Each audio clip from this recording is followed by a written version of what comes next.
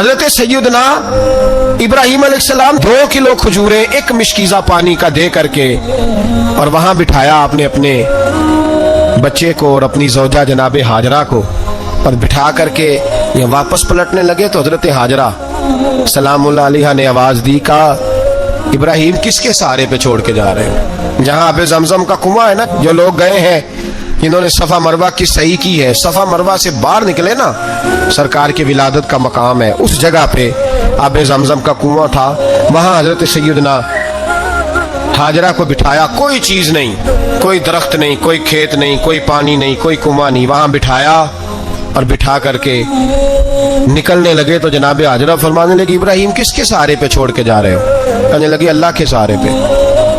تو پاک باز بی بی نے ایک لفظ پوچھا، کہا ابراہیم یہ میرے رب کا حکم ہے، یہ میرے بس جن کا عقیدہ توحید مضبوط ہو ان کے لیے ایک جملہ کافی ہوتا ہے، یہ میرے اللہ کا حکم ہے؟ تو جناب ابراہیم علیہ السلام فرمانے لگے ہاجرہ ہاں رب کا حکم ہے۔ جب یہ لفظ کہے تو چاہیے تھا نا حضرت ابراہیم تسلی دیتے، تو بی بی صاحبہ تسلی دینے لگی، عرض کرنے لگی ابراہیم اگر اللہ کا حکم ہے تو پھر آپ ہماری فکر نہ کرنا، اگر یہ رب کا حکم ہے تو پھر ہماری فکر نہ کرنا، جس رب نے ہمیں یہاں تک پہنچایا ہے وہ ہمیں کبھی بھی ضائع نہیں فرمائے گا، پھر فکر نہ کرنا۔ حضرت ابراہیم آ گئے، بات آپ نے سنی ہوئی ہے، اشارہ کرنا مقصود ہے۔ 13 سال میں چلے مان بھی لیا جائے بعض روایات کی روشنی میں کہ آتے جاتے بھی رہے، لیکن مکمل دیکھ بھال اپنے بچے کی پرورش میں پورا حضرت ابراہیم علیہ السلام کا کردار، سارا کردار ماں کا تھا۔ میں جب خواتین کے بارے میں کوئی بات کرتا ہوں تو میں آپ کو اکثر کہتا ہوں کہ یہ صرف بیوی کے لیے حکم نہیں ہوتا، یہ ٹریننگ بیٹی کو دینی ہے اور بہن کو دینی ہے، یہ تربیت کریں اپنے گھر میں۔ میں تجربے کی روشنی میں یہ بات عرض کیا کرتا ہوں کہ بھائی بچے باپ کے فرما بردار اس وقت ہوتے ہیں جب اماں انہیں باپ کا فرما بردار کرتی ہے، اور بچے باپ کے نافرمان بھی تب ہوتے ہیں جب اماں انہیں باپ کا۔ میں نے اپنے کانوں سے سنا ایک دفعہ ایک بچہ اپنے باپ سے کہہ رہا ہے آپ نے تو ساری زندگی باہر گزار دی، پیسے کمانا کون سا مشکل کام ہے، دکھ سکھ تو سارے اماں نے برداشت کیے، سکولوں میں وہ جاتی تھی، فلانا کام وہ کرتی تھی، فلانا کام۔ اب یہ سوچ اس کی ذاتی تو نہیں، یہ اس کو دی گئی ہے، اور اگر اس کو یہ سوچ دے دی جائے کہ اماں کہے کہ میں تو اپنوں میں رہی ساری زندگی، میں نے تو اپنوں میں وقت گزارا، اور تیرا باپ تو کئی دفعہ جنازے بھی نہیں پڑھ سکا، اس نے تو ماں باپ ایسے دفن کر دیے، وہ اگر یہ سوچ فراہم کرے تو پھر بچہ باپ کا فرما بردار ہوتا ہے۔ اور یہ والی روایتیں ہم بیوی کو سناتے ہیں، حالانکہ کس کو سنانی چاہیے؟ بولیے، بہن اور بیٹی کو، بہن اور بیٹی کو سنائیں یہ باتیں، ان کو سمجھائیں تاکہ آگے جا کے وہ جو گھر ترتیب دیں وہ گھر بڑا عمدہ اور نکھرا ہوا ہو۔ حضرت سیدنا ابراہیم 13 سال کے بعد آئے، چونکہ گھر میں اللہ تبارک و تعالیٰ کی دوستی کا چرچا تھا، اللہ تبارک و تعالیٰ کی محبوبیت کا غلبہ تھا۔ 13 سال کے بعد فلما بالغ معہ سعیا، بیٹا جب اتنا بڑا ہوا کہ ساتھ چلنے لگا تو حضرت ابراہیم نے اپنے بیٹے کو بلا کے کہا بیٹا مجھے خواب آئی ہے، میں تجھے ذبح کر رہا ہوں، تیری کیا رضا ہے؟ تو حضرت اسماعیل کہنے لگے یا ابت افعل ما تؤمر، ابا جی اللہ جیسے حکم دیتا ہے میرے ساتھ ویسے ہی کریں، جیسے اللہ حکم دیتا ہے ویسے ہی، بولیے ویسے ہی کریں۔ حضرت ہاجرہ کو کہا کہ ایک دوست نے دعوت کی ہے تو وہاں جا رہے ہیں، بی بی مطمئن ہے، تفصیلات کی ضرورت نہیں، ختم بات، اعتبار ہے، مطمئن ہو گئی۔ شیطان پیچھے سے آیا اماں کے پاس، ذرا تھوڑی دیر کے لیے تصور جمائیے، یہاں تو پڑوسن آ کے کو بات بتا دیتی ہے خاوند کے بارے میں تو کئی مہینے جھگڑا جاری رہتا ہے، پڑوسن محلے دار۔ شیطان نے آ کے بتایا لفظ کیا ہے؟ کہا حضرت تمہیں پتا ہے کہاں جا رہے؟ کہا دوست کی دعوت میں۔ تو کہنے لگے دوست کون ہے؟ رب کریم، اور ابراہیم کا خیال ہے کہ اس رب نے مجھے حکم دیا ہے کہ میں ذبح کروں۔ تو حضرت ہاجرہ کہنے لگی کبھی باپ بھی بیٹے ذبح کرتے ہیں؟ شیطان کہنے لگا ان کا خیال ہے کہ ان کے رب نے حکم دیا ہے۔ جناب ہاجرہ فرمانے لگی اگر رب نے حکم دیا تو پھر تو مجھے شیطان لگتا ہے، تو مجھے شیطان لگتا ہے۔ کا کیا مطلب؟ فرمانے لگی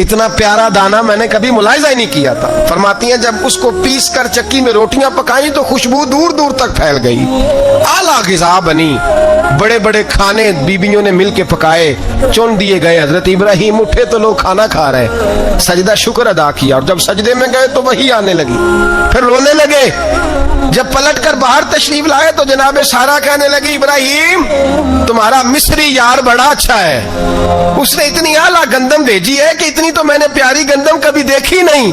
جناب ابراہیم مسکرائے, فرمانے لگی سارا یہ مصری یار نے نہیں بھیجی, یہ میرے عرشی یار نے بھیجی ہے, یہ میرے عرشی یار نے بھیجی ہے. بھائی مہمان نوازی مزاج تھا, لٹا دینا مزاج تھا, دوسروں کی اشک شوئی مزاج تھا. حضرت ابراہیم علیہ السلام کا طریقہ ہے قربانی, حضور نے ان کا طریقہ بیان کیا. اگر سال کے بعد قربانی دینا ان کا طریقہ ہے تو سارا سال غریبوں کو روٹی دینا بھی حضرت ابراہیم کا طریقہ ہے. سارا سال غریب کی نوکری کرنا یہ بھی حضرت ابراہیم کا طریقہ ہے. بھوکے کو کھانا کھلانا یہ بھی. میرے مصطفیٰ کریم سید عالم صلی اللہ علیہ وسلم سے صحابہ نے پوچھا حضور بہترین مسلمان کون ہے, بہترین مسلمان؟ تو حضور نے فرمایا جو سلام لینے میں پہل کرے اور غریب کو روٹی کھلانے میں سب سے اچھا ہو, وہ بہترین مسلمان ہے, زبردست مسلمان. ہمارے ہاں دعوتیں ہوتی ہیں تو امیروں کی, افطاریاں ہیں تو امیروں کی, اور میرے مصطفیٰ کریم علیہ السلام نے فرمایا بدترین دعوت ہے جس میں امیر بلائے جائیں غریب نہ بلائے جائیں, وہ بدترین دعوت. حضرت ابراہیم کا طریقہ رہا ساری زندگی مہمان نوازی. اور دوسرا ان کا مزاج تھا, اللہ سے پیار ہو گیا تھا نا. جب رب کریم سے محبت ہوتی ہے نا اور محبت کا احساس ہوتا ہے دل میں, پھر سجدے لمبے ہوتے ہیں. عام آدمی تو نماز بھی نہیں پڑھ سکتا, اسے خدا سے محبت ہوتی ہے وہ تہجد بھی نہیں چھوڑ سکتا. وہ یہ محبت کی بات ہے نا, جس کو پیار ہوتا ہے اس کی تہجد بھی ہے, اس کی اشراق بھی ہے, چاشت بھی ہے, اس کے عمرے بھی ہیں, اس کے حج بھی ہیں, اس کے بار بار کعبۃ اللہ کے دیدار بھی ہیں. یہ محبت الہی ہے, جوش مارتی. ان لوگ سجدہ کرتے ہیں تو اٹھتے ہی نہیں, اللہ کے بندوں سے پیار کرتے اللہ کی. حضرت ابراہیم کو رب کریم سے اتنی محبت تھی, اتنا پیار تھا کہ وہ آپ کی زندگی کے ہر پہلو سے چھلکتا تھا. ایک وقت ایسا آیا کہ اللہ تعالیٰ نے حضرت ابراہیم کو بہت زیادہ مال عطا فرمایا. اتنے اونٹ گنے نہیں جاتے, گائیں اتنی زیادہ کہ شمار نہیں ہوتی, بکرے بکریاں اتنی زیادہ کہ شمار, بہت زیادہ مال اللہ نے عطا فرمایا. اور ابھی کچھ عرصہ پہلے آپ پیچھے جائیں نا تو جو لفظ مال تھا وہ روپے پہ تو بولا ہی نہیں جاتا تھا, وہ جانوروں پہ بولا جاتا تھا. بہت زیادہ مال اللہ نے دیا, بکریاں, گائیں, اونٹ, بیل, بڑا کچھ. تو رب کریم نے فرشتوں سے فرمایا کہ واتخذ اللہ ابراہیم خلیلا, ابراہیم میرا دوست ہے. تو فرشتے کہنے لگے یا اللہ جسے اتنا کچھ دیا جائے اس نے دوست تو بننا ہی ہوتا ہے, تو نوازا ہی بڑا ہے, اتنا مال, اتنے کھیت کھلیان, اتنا کچھ. اللہ کریم نے فرمایا جاؤ آزمائش کر لو, امتحان لے لو. فرشتہ امتحان لینے پہنچ گیا. حضرت ابراہیم کے جانور چر رہے ہیں چراگاہ میں, حضرت ابراہیم بھی ہیں, غلام بھی ہیں, بہت بڑا ریوڑ ہے. آپ تشریف فرمائیں. ایک فرشتہ آیا تو کھیت میں چھپ کے بیٹھ گیا اور بلند آواز سے کہنے لگا سبحان اللہ والحمد للہ ولا الہ الا اللہ واللہ. یہ تسبیح بڑی پسند ہے, محبوب نے ان کی فضیلت بیان کی. اب وہ حضرت سیدنا ابراہیم علیہ السلام کھڑے تھے تو وہ کھیت میں بیٹھ کے تسبیح پڑھنے لگا سبحان اللہ والحمد للہ ولا الہ الا اللہ. حضرت ابراہیم کہنے لگے یہ میرے رب کا نام کون لے رہا ہے, بڑی اس کی میٹھی آواز ہے, بڑی کون ہے. ڈھونڈنے لگے, گھومتے گھومتے اس کے پاس چلے گئے. فرشتہ انسانی شکل میں, تو میرے رب کا ذکر کر رہا تھا؟ اس نے کہا میں ہی کر رہا تھا. فرمانے لگے یار ایک دفعہ پھر نہیں کرتا. تو کہنے لگا ابراہیم پہلے تو میں اپنی مرضی سے کر رہا تھا, تو کہتا ہے تو پیسے لگیں گے, پیسے ہیں تو کر دیتا ہوں. حضرت ابراہیم کہنے لگے بول تو کیا لے گا, میرے اللہ کا ذکر سنانے کا کیا لے گا؟ کہنے لگا جتنی بکریاں آپ چرا رہے ہیں ساری دے دے تو میں اللہ کا ذکر سنا دیتا ہوں. آپ نے فرمایا بس جا تیری ساری ہوئی, میرے رب کا ذکر سنا. اور پھر شروع ہو گیا سبحان اللہ الحمد للہ ولا الہ الا اللہ واللہ اکبر. حضرت ابراہیم علیہ السلام کیف میں, یار پھر ذرا سنا, نہ علما وچ پھسا سانو, تو یار دی گل سنا سانو, ذرا دوبارہ سنا. پھر سنایا, ایک دفعہ پھر کہا. فرشتہ کہنے لگا بس جی آپ کے پیسے پورے ہو گئے. حضرت ابراہیم کہنے لگے چل ایک دفعہ اور سنا. کہنے لگا پیسے لگیں گے. تو کیا لے گا؟ کہنے لگا گائیں بھینسیں ساری میری. فرمایا بس یار اتنی قیمت، تو سنا صحیح، سارا کچھ ہی تیرا. پھر شروع ہو گیا سبحان اللہ والحمدللہ ولا الہ الا اللہ واللہ اکبر. گائیں دے دیں، بھینسیں دے دیں، وہ ذکر سناتا ہے. حضرت ابراہیم کبھی مچلتے ہیں، کبھی روتے ہیں، کبھی آہیں بھرتے ہیں. تو میرے رب کا نام لے رہا ہے، ذرا پھر سے لے. کیف جاری ہے. کہنے لگا بس بھائی.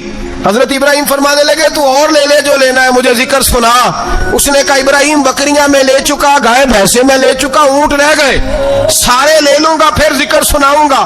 فرمایا جا تیرا ہوا تو ذکر سناتا رہ، میں دیتا ہوں. دے دیا. کچھ دیر ذکر کیا تو اب خاموش ہو گیا.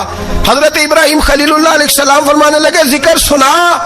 کہنے لگا ابراہیم اب تیرے پاس دینے کو کیا ہے، ہر چیز تو میں لے چکا. آپ فرمانے لگے یہ گائے بھینسیں بکریاں چرانے کے لیے تجھے کوئی نوکر ملازم بھی تو چاہیے نا. تو اس طرح کر مجھے رکھ لے، میں روٹی نہیں مانگوں گا، کھانا نہیں مانگوں گا، تو اللہ کا ذکر سناتا رہنا، میں تیرے جانوروں کی نوکری کرتا رہوں گا. حضرت ابراہیم علیہ السلام نے جب یہ کہا نا، فرشتے کی آنکھوں میں آنسو آ گئے. تر دامنی پہ شیخ ہماری نہ جائیے، ہم دامن نہ چھوڑ دیں تو فرشتے وضو کریں. فرشتہ رو پڑا اور کہنے لگا ابراہیم مجھے سینے سے لگاؤ، آپ واقعی اس قابل ہیں کہ اللہ آپ کو اپنا دوست بنائے، واقعی اس قابل ہے کہ رب آپ کو اپنا. حضرت ابراہیم علیہ السلام کا خدا سے محبت کرنے کا نرالا انداز. اور میرے بھائی یہی محبت انہیں میرے مصطفیٰ سے بھی تھی. ایک نبی گھر بنا رہا ہے، دوسرا بنوا رہا ہے. حضرت اسماعیل علیہ السلام پتھر اٹھا اٹھا کے لا رہے ہیں، جناب ابراہیم بنا رہے ہیں. جب خانہ کعبہ بن گیا تو کہنے لگے ربنا وابعث فیہم رسولا، اے اللہ اب اسے بسانے کے لیے اپنا آخری رسول بھی عطا فرما. نبی پاک فرماتے ہیں میں دعا ہوں حضرت ابراہیم کی. یہ قربانی حضرت ابراہیم کا طریقہ ہے. حضور نے اگرچہ نبی پاک کی اپنی سنت تھی، یہ بھی کہہ سکتے تھے سنتی و سنتی ابیکم ابراہیم، میری سنت ہے اور تمہارے باپ ابراہیم کی سنت ہے. یہ نہیں فرمایا. جب صحابہ نے کہا قربانی کیا ہے، فرمایا سنت ابیکم ابراہیم، یہ تمہارے باپ ابراہیم کی سنت ہے. ہر صاحب نصاب پر قربانی واجب ہے. جو زکوٰۃ کا نصاب رکھتا ہو اس پر قربانی واجب ہے. یعنی ضروریات سے زیادہ اتنے پیسے، جتنے پیسوں سے زکوٰۃ فرض ہوتی ہے، اتنے پیسے جس آدمی کے پاس قربانی سے پہلے پہلے آ جائیں اس آدمی پر قربانی کرنا واجب ہے.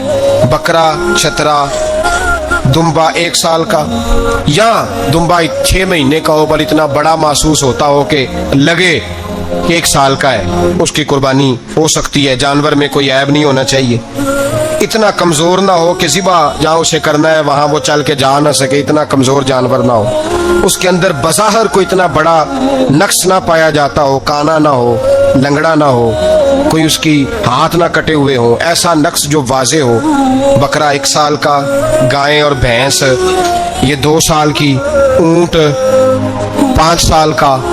اب اس میں یہ ہے کہ ہمارے بہت سارے دوست چونکہ ہم دیہاتی لوگ ہیں تو پوچھتے ہیں کہ دوندا نہیں ہے تو چوگا نہیں ہے. تو یہ ہماری پنجابی کی اصطلاحات ہیں، پنجابی کی. شریعت اسلامیہ نے سال بتائے ہیں، یہ تو ہم نے اپنی آسانی کے لیے، یا دیہاتوں میں جو ماحول تھا اس طرح کا جانور لیں، خوبصورت جانور لیں. جو نصاب ہے وہ بھی میں نے آپ کو بتایا. لیکن ایک اور پہلو بھی ہے، نبی پاک صلی اللہ علیہ وسلم پہ زکوٰۃ کبھی فرض نہیں ہوئی، کبھی حضور پہ زکوٰۃ فرض نہیں ہوئی. نبی پاک صلی اللہ علیہ وسلم کے پاس اتنا سرمایہ کبھی اکٹھا ہوا ہی نہیں کہ زکوٰۃ فرض ہو.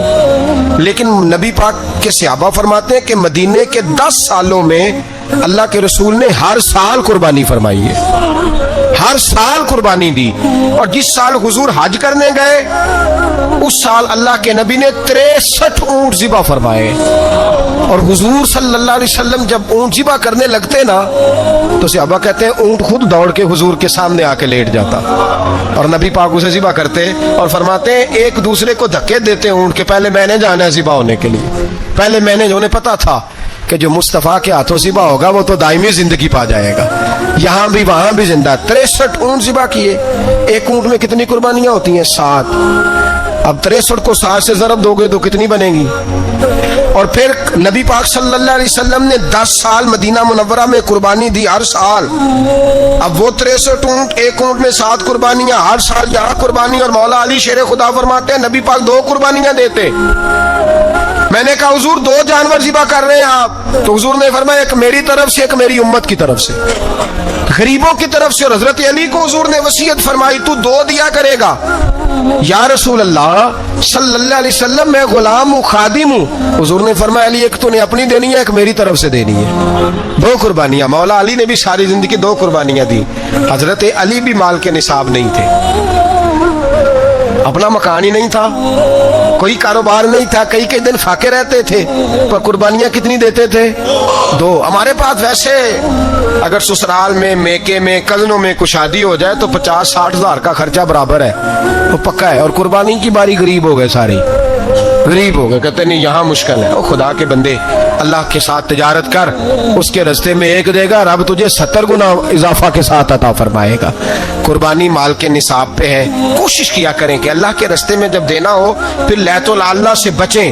خوبصورت جانور لائیں جن کو اللہ نے توفیق دی ہے، ان کے لیے نصیحت ہے جن کو اللہ نے توفیق دی. میں نے اپنے حضرت صاحب کو دیکھا ہے، وہ کہتے تھے کئی جانور اللہ نے بڑا نوازا ہے. کہتے ایک میرا ہے، ایک میرے ماں کا، ایک میرے باپ کا ہے، ایک میرے فلاں استاد صاحب کا، ایک میرے پیر صاحب کا ہے. یہ جانور غوث اعظم جیلانی کا نام کا دے رہا ہوں. اور پھر ایک بڑا خوبصورت جانور بندھا ہوتا اور حضرت خود ان کو چارہ ڈال رہے ہوتے تو حضور یہ کیا ہے؟ فرمانے لگے یہ میں رسول اللہ کے نام پہ قربان کروں گا، یہ نبی پاک کے نام پر قربان کیا جائے گا. جن کو اللہ نے حیثیت دی ہے وہ کوشش کریں اپنے محبوب کی طرف سے بھی قربانی کریں، نبی پاک کے نام کی قربانی دے. خوبصورت سا جانور پیارا، پھر اس کی خدمت ہو، پھر اس کی قربانی دی جائے اور نبی پاک کے نام پر قربانی دی جائے. حضور نے خود وصیت فرمائی حضرت ابو بکر صدیق کو، قربانی بڑا حسین عمل ہے. اور میرے نبی پاک صلی اللہ علیہ وسلم نے ناراضگی بھی فرمائی، ذرا خوگر حمد سے تھوڑا سا گلا بھی سن لے. میرے حبیب نے فرمایا جو طاقت کے باوجود قربانی نہ کرے وہ ہماری عیدگاہ میں عید کی نماز پڑھنے نہ آئے، وہ نہ آئے. اور یا رسول اللہ جو کرے گا، فرمایا قربانی کے جانور کا خون کا قطرہ بعد میں زمین پہ گرے گا، اللہ اس کے سارے گناہ پہلے معاف فرما دے گا، اللہ اس کے سارے گناہوں کو بخشے گا. قربانی کریں، خوبصورت انداز میں کریں، اللہ کی رضا کے لیے. بزرگوں نے لکھا ہے 3 حصے کرو گوشت کے، ایک گھر میں رکھو، ایک رشتہ داروں میں بانٹو، پڑوسیوں میں بانٹو، اور تیسرا فقط غریبوں کو دو. لیکن میں اکثر یہ سوچتا ہوں کہ ہمارے ہاں قربانی کرتا ہی وہ ہے جن کے گھر میں ہر جمعرات کو چھوٹا گوشت پکتا ہے، اور جن کے گھر میں ہفتے میں 3 دفعہ مرغی کا گوشت پکتا ہے، وہی تو قربانی دینے کے قابل ہوتے ہیں. تو وہ بھی اگر قربانی کے بکرے میں سے بھی تیسرا رکھنا چاہیں تو اجازت تو ہے. میں نے کہا سارا رکھنے کی بھی اجازت ہے، لیکن اگر آپ مہربانی کریں، کوشش کریں کہ یار ہم تو سارا سال ہی کھاتے ہیں، اور ہمارے یہاں جو گوشت تقسیم ہوتا ہے نا وہ بھی باری لگی ہوئی ہے. ادھر سے پلیٹ آئی تھی گوشت کی تو ادھر سے بھر کے چلی گئی. اس نے کی ہے، اس کو بار بار گوشت دینے کا کیا مطلب ہے؟ آپ یہ دیکھیں عزیزوں میں، رشتہ داروں میں، اور میں اگر تھوڑا سا آپ کی توجہ کرانے میں کامیاب ہو جاؤں تو سفید پوش لوگوں کو دیکھیں. کچھ سفید پوش ہیں، سفید پوش جن کے اوپر قرضے ہیں، بیماریوں نے جکڑ لیا ہے، گھر میں بڑے بڑے سخت مریض آ گئے ہیں. سفید پوش پہلے دیا کرتے تھے. آپ ان سے پوچھتے ہیں صاحب قربانی، تو بات کو ٹالتے ہیں. وہ کہتے ہیں سوچ رہا ہوں کوئی حصہ ڈال جائے. پردہ پوشی کرتے ہیں، کہتے ہیں کہیں حصہ رکھا ہوا، پردہ پوش. اکثر وہ لوگ قربانی نہیں دے پاتے. اکثر دیا کرتے تھے، اب نہیں دے پا رہے. کیوں؟ اس لیے کہ مشکلات ایسی آ گئیں. ان لوگوں کا خیال کریں، ان کے گھروں تک گوشت پہنچا کے آئیں، ان پر توجہ کریں. وہ سفید پوش آدمی کبھی ذکر نہیں کرے گا. کچھ تو ایسے ہیں جو خود پہنچ جاتے ہیں کہ ہمیں گوشت دیا جائے، لیکن کچھ سفید پوش ہیں لا یسألون الناس الحافا. اللہ فرماتے کچھ لوگ لپٹ لپٹ کے سوال نہیں کرتے، سفید پوشی کا بھرم رکھتے ہیں، کا مزاج نہیں. ان کی طرف دیکھیں، اپنے رشتہ داروں کو دیکھیں، خاص کر ان رشتہ داروں کو دیکھیں جن کا آپ کو پتہ ہے کہ غریب ہیں، مجبور ہیں. ان کے گھروں میں گوشت بھیجیں. غریب بیٹیوں، غریب بہنوں کا خیال کریں، اس طرف متوجہ ہوں، ان کے ساتھ اس نے سلوک کریں، اس طرف آپ لوگ خیال کریں. اللہ ہمیں سمجھنے کی توفیق عطا فرمائے. دوستو ویڈیو اچھی لگے چینل کو سبسکرائب، لائک، کومنٹ اور شیئر کرنا نہ بھولیے گا. جزاک اللہ.